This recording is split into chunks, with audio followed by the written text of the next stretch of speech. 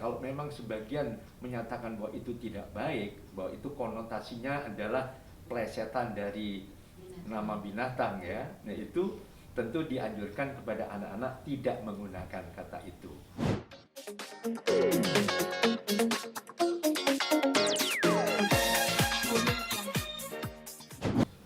Kak Seto, saat ini kan lagi marak kata anjay nih Kak Seto ya. Saya ketawa nggak kelihatan ya. Terkait kata anjay sendiri, dampak psikologis terhadap anak seperti apa Kak Seto? Iya, sebetulnya kata itu ada tidak di kamus bahasa Indonesia?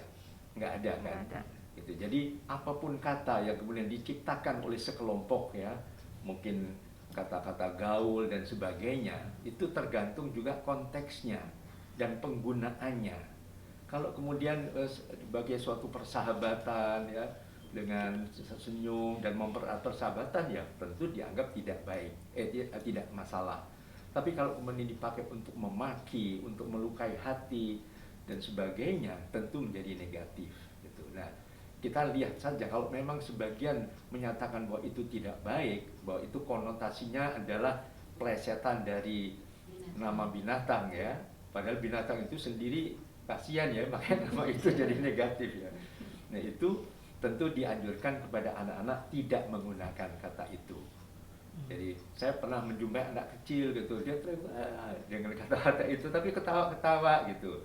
Nah kemudian ibunya mengatakan sebaiknya jangan kata-kata itu. Kenapa gitu? Apa artinya?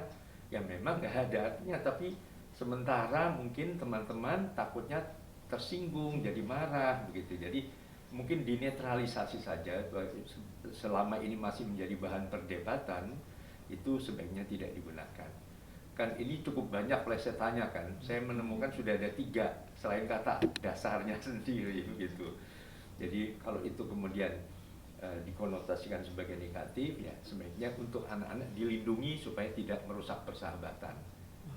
Tapi kalau terkait kata tersebut ada di televisi dan ditayangkan langsung kepada masyarakat, itu seperti apa Kak Seto? Ya itu tadi, jadi itu kan kesepakatan. Seperti misalnya ada kata di Surabaya, sebuah kata di Surabaya sendiri untuk persahabatan, wah mereka sambil ketawa, sudah lama nggak ketemu lalu mengatakan kata itu, nggak ada masalah.